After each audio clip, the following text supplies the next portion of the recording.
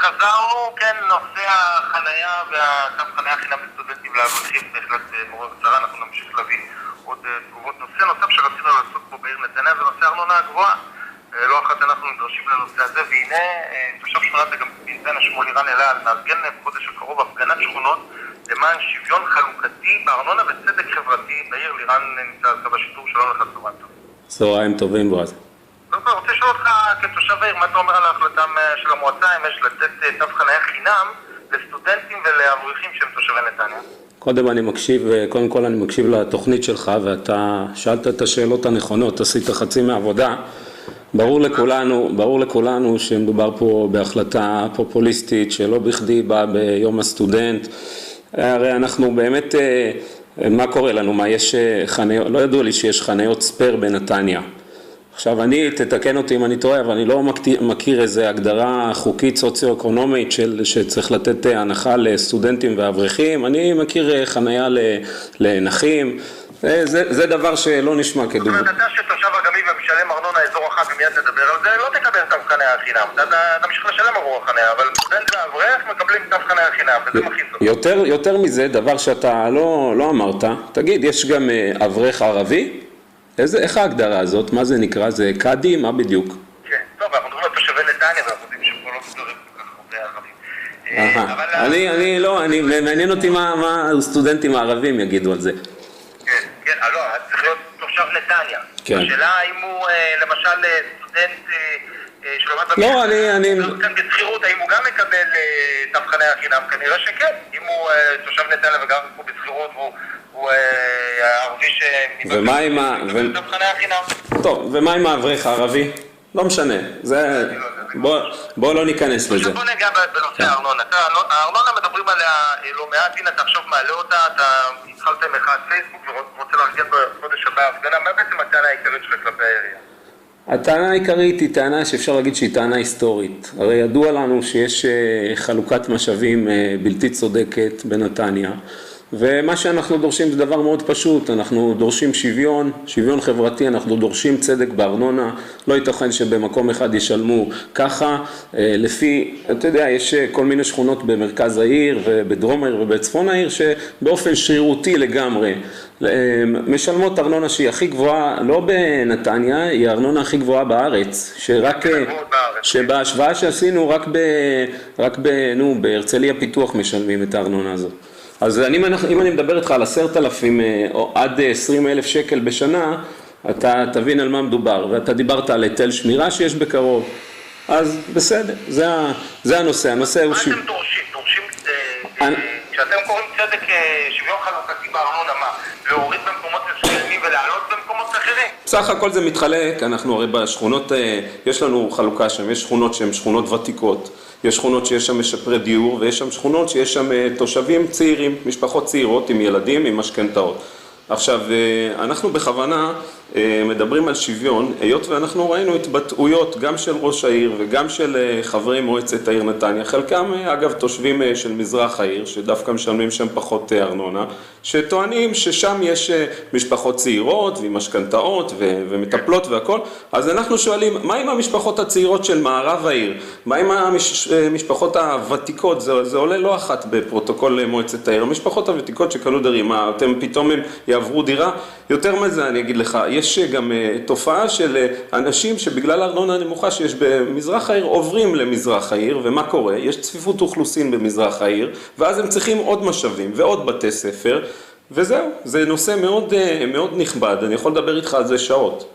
כן, כשאנחנו מדברים על מזרח העיר, אנחנו מקבלים בעיקר לקריית השרון, גם שיכון ותיקים, נווה איתמר, משלמים, אני לא יודע לגבי נווה איתמר, אבל שיכון ותיקים משלמים אזור 2 בארנונה, דווקא אזור אחד ביתר העיר. אתה קורא מה? להוריד לכם ולעלות שם, או לא בלי לעלות שם?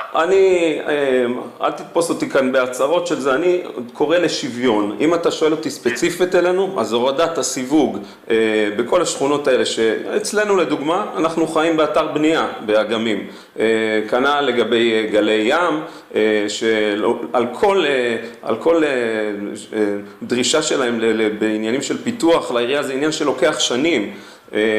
עכשיו, אני יכול לתת לך דוגמאות.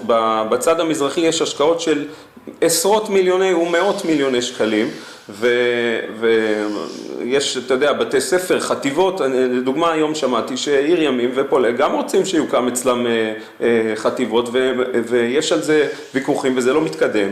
אז נשאלת השאלה למה יש איפה ואיפה. עכשיו אם מעלים כבר את הנושא הסוציו-אקונומי, אז יש גם משפחות צעירות ויש משפרי דיור שנמצאים במערב העיר, ולא ייתכן שישלמו ארנונה שהיא גבוהה ב-30%. מה אתה מתכוון לעשות בחודש הבא? מה, הפגנה של תושבים בעיר נתניה מעבר למחאה הפייסבוקית? קודם כל, תשמע, התושבים כבר לא ישנים, יש התעוררות, ואנחנו חברנו כמה שכונות, וזו הזדמנות להגיד לכל השכונות שגם בשנת 2000 באופן בכלל לא סביר העלו להם 8 גושים בעיר, העלו להם את הארנונה. אם זה, יש לי את הרשימה מולי, יש, אתה יודע, האירוסים, פרדס אגדוד, נווה איתמר, אתה אמרת, בן ציון, רחוב יהודה הלוי, וכל הגושים האלה שהעלו להם את הארנונה, ושכונת אגמים שגם העלו לה ב-2010, יש כאן עניין מאוד מצחיק, שב-2010, אמרתי לך, ראש העיר וחברי המועצה אומרים, תשמעו, יש משפחות צעירות בקריית השרון, אנחנו לא מסכימים שיעלו שם את הארנונה, אז אנחנו דורשים צדק חברתי, זה לא מסובך. אז אנחנו פתחנו עכשיו דף שנקרא פורום שיתוף פעולה, אזור אחד נתניה, צדק בארנונה, ואנחנו קוראים לכל השכונות האלה, אם זה שכונת מכנס, שיכון חיילים, בתים בין רחוב,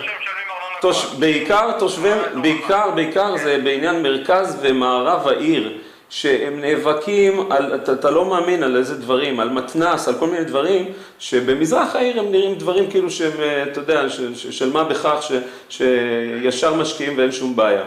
וזהו, ואנחנו קוראים לכל התושבים האלה להיכנס לפורום שיתוף פעולה, אזור אחד נתניה, ולהצטרף אלינו למאבק הזה. אנחנו עשינו כבר, אנחנו ספציפית בשכונה שלנו עשינו פניות בעירייה, לא נענינו, ביקשנו לדעת מדוע, למה מגדירים אותנו שכונת יוקרה, בעצם שערך הדירות שלנו זהה לגמרי לשל מזרח העיר.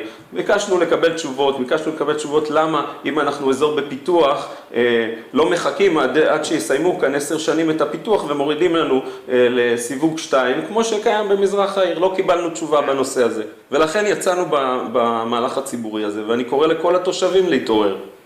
אנחנו מיד נקרא גם בתגובת העירייה שאומרת ששכונת אגמים ראויה להיות מסווגת כאזור אחד, מדובר בשכונה חדשה ממוקמת בסמוך לקו הים ולשמורות הטבע, הדירות בה מרווחות, הפיתוח בשכונה מתבצע בסטנדרט גבוה במיוחד לצד מוסדות חינוך שנבנו בה, לפיכך על פי כל הקריטריונים המקובלים, שכונת האגמים צריכה להיות מסווגת בסיווג אזור